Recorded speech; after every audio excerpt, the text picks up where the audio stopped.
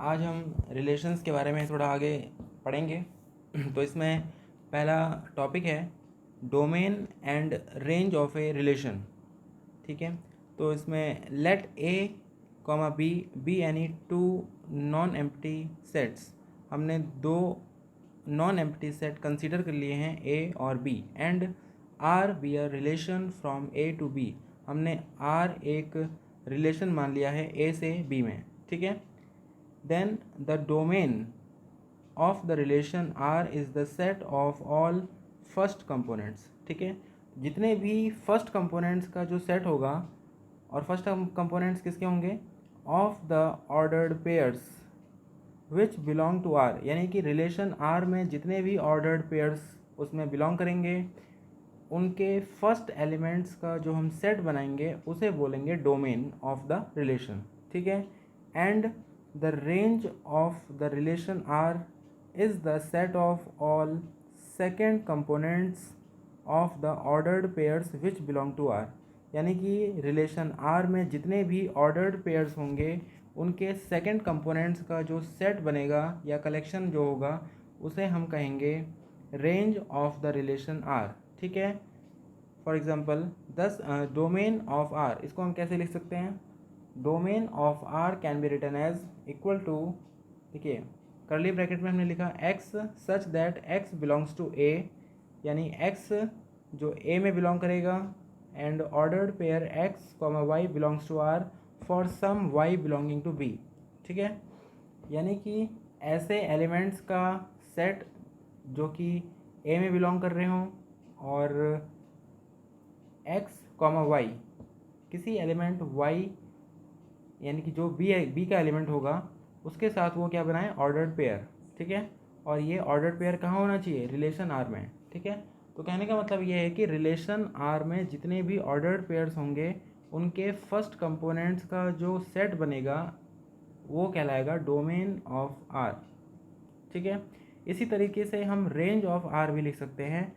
Range of R is equal to y such that y belongs to B where ordered pair x comma y belongs to R. ठीक है, यानी ordered pair क्या है, वो are में belong कर रहा है, for some x belonging to A, यानी कि जिसके फर्स्ट कंपोनेंट्स क्या हैं, वो ए के एलिमेंट्स हैं, और वाई क्या है यहाँ पर, बी के एलिमेंट्स। तो बी के एलिमेंट्स का जो कलेक्शन बनेगा जो कि ऑर्डर्ड पेयर एक्स वाई में बिलोंग भी करना चाहिए। ठीक है, तो हम कह सकते हैं कि रिलेशन आर में जितने भी ऑर्डर्ड पेयर्स हैं उनके सेकेंड कंपोनेंट्स का जो कलेक्शन होगा या सेट बनेगा वो कहलाएगा range of are.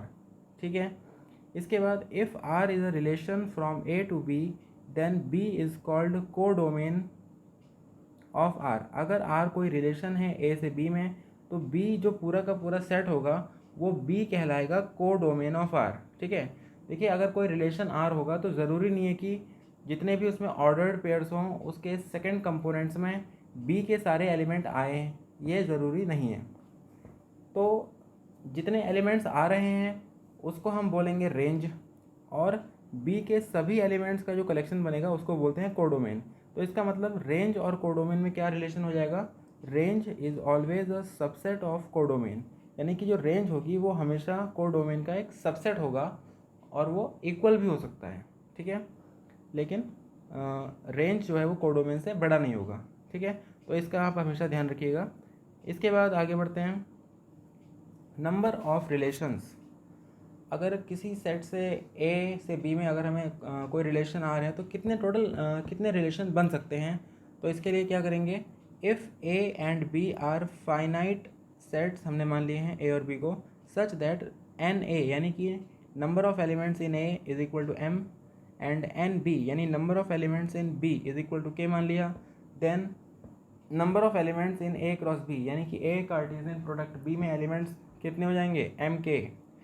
So the number of subsets of A cross B, देखिए ए क्रॉस बी में एलिमेंट्स कितने हैं, एम के।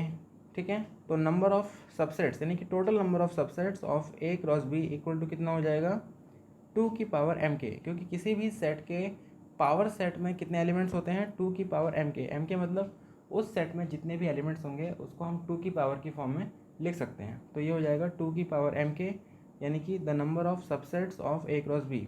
और हम जानते हैं कि किसी भी सेट के जितने भी सबसेट बनेंगे वो उसके क्या हो सकते हैं, रिलेशंस। ठीक है, तो यहाँ से क्या आ जाएगा, the number of relations from A to B is equal to 2 की पावर m के। तो यही आपका आंसर हो जाएगा। इसको आप हमेशा याद रखिएगा, फार्मूला है, यानी कि total number of relations from A to B. A में एलिमेंट्स हमने मान रखे हैं m और b में एलिमेंट्स हमने मान रखा है k। तो total number of relations from A to B कितने हो जाएंगे, 2 की पावर m k। ठीक है, तो ये होता है टोटल नंबर ऑफ रिलेशंस। इसके बाद नेक्स्ट टॉपिक, फंक्शंस। देखिए फंक्शंस क्या होता है, फंक्शंस रिलेशन का ही एक स्पेसिफिक पार्ट होता है, एक स्पेशल केस होता है।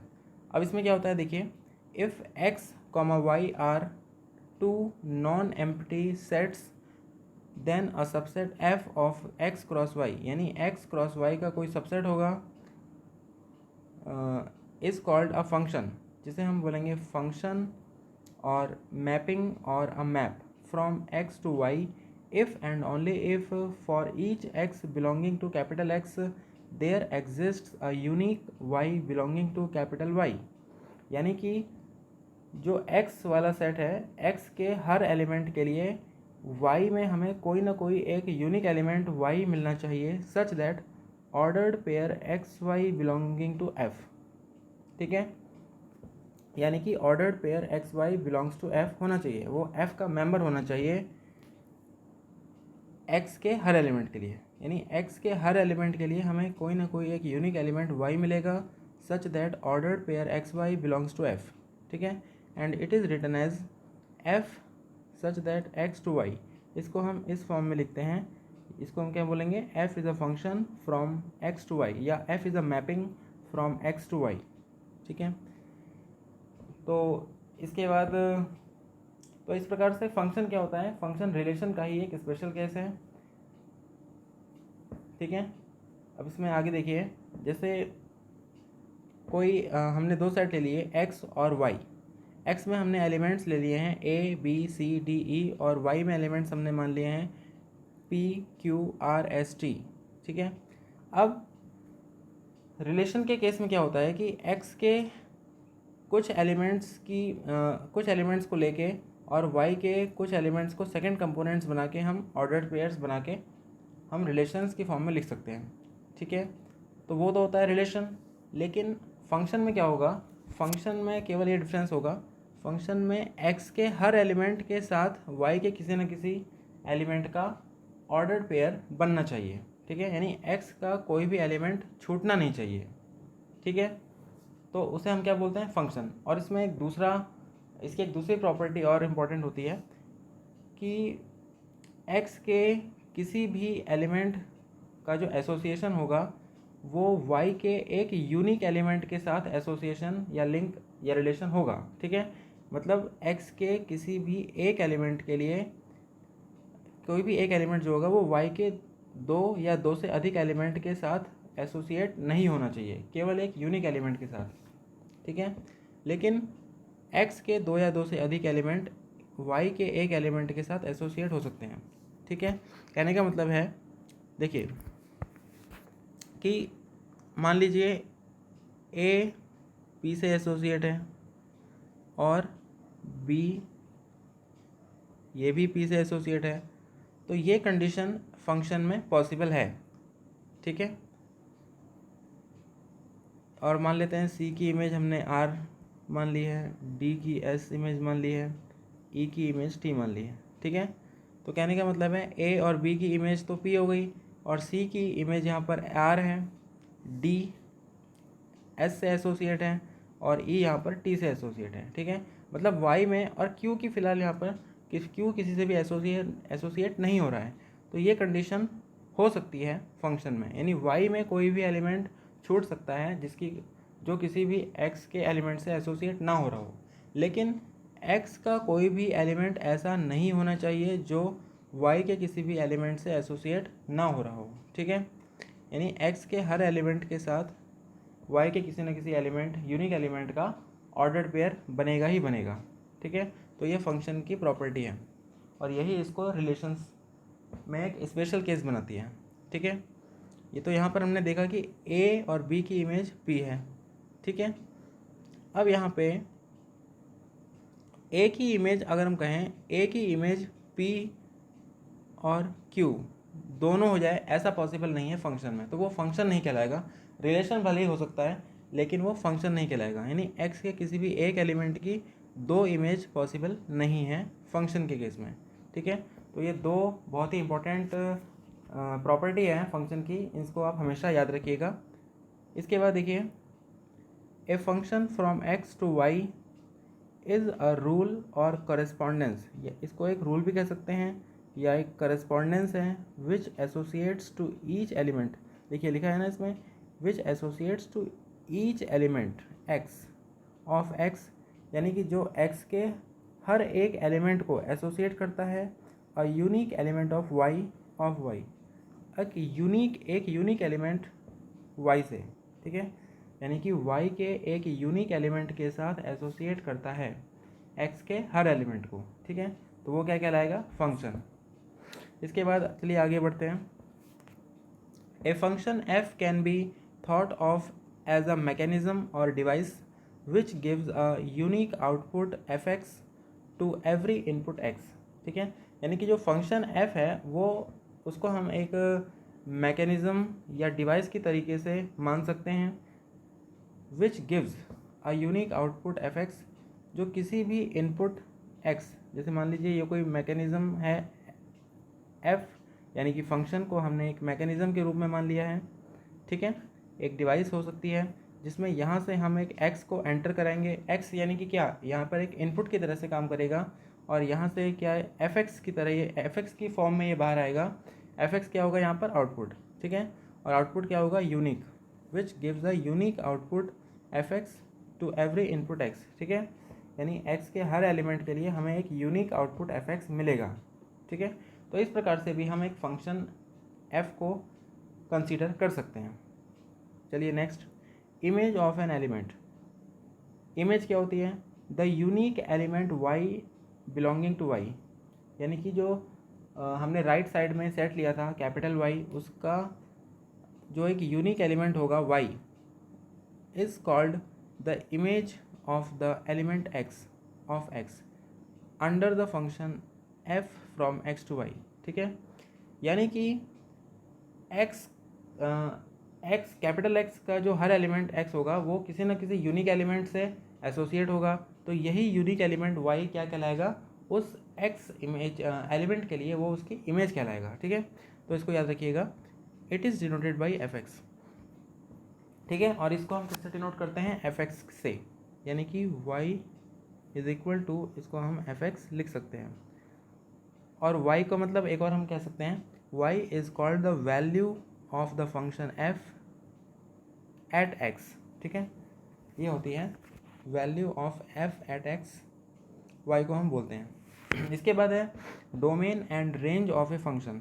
देखिए डोमेन और रेंज क्या होती है, let f is a function from x to y, हमने एक मान लिया फंक्शन जो कि x से y में है, then the set x is called the domain of f and the set y is called the codomain, ठीक है, ये हमेशा याद रखिएगा, अगर कोई फंक्शन x से y में है तो x को हम कहेंगे domain of f and y क्या कहलाएगा यहाँ पर, codomain of the function f, the set consisting of all the images, ठीक है, all the images of the elements of x, यानी x के सभी एलिमेंट्स की इमेजेस का जो सेट बनेगा उसे हम क्या बोलेंगे, of the elements of X under the function F, किसी भी फंक्शन एफ, फंक्शन अलग अलग भी हो सकते हैं, ठीक है, किसी केस में तो उस फंक्शन के अकॉर्डिंग रेंज होगा, तो यहाँ पर हमने क्या लिखा है, under the function F is called the range of F, it is denoted by F x, F bracket में क्या है, कैपिटल एक्स है, याद रखिएगा यहाँ पर कैपिटल एक्स है,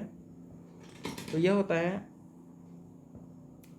एफ एक्स, यानी कि range of x, range of the function f, ठीक है, thus range of f is equal to, bracket में हमने लिखा है f x such that for all x belonging to capital X, means x के सभी एलिमेंट्स की जो यूनिक इमेजेस होंगी, ठीक है, एफ एक्स का मतलब एक्स की इमेज, का सेट जो बनेगा वही क्या कहलाएगा, रेंज ऑफ एफ।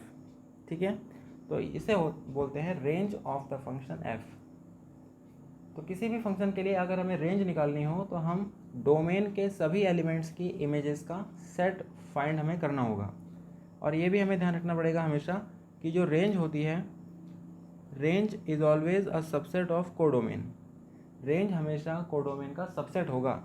ठीक है, या तो इसका एक प्रॉपर सबसेट भी हो सकता है या इसके इक्वल भी हो सकता है। ठीक है, तो स्टूडेंट्स अभी के लिए इतना ही। Thank you. जय हिंद।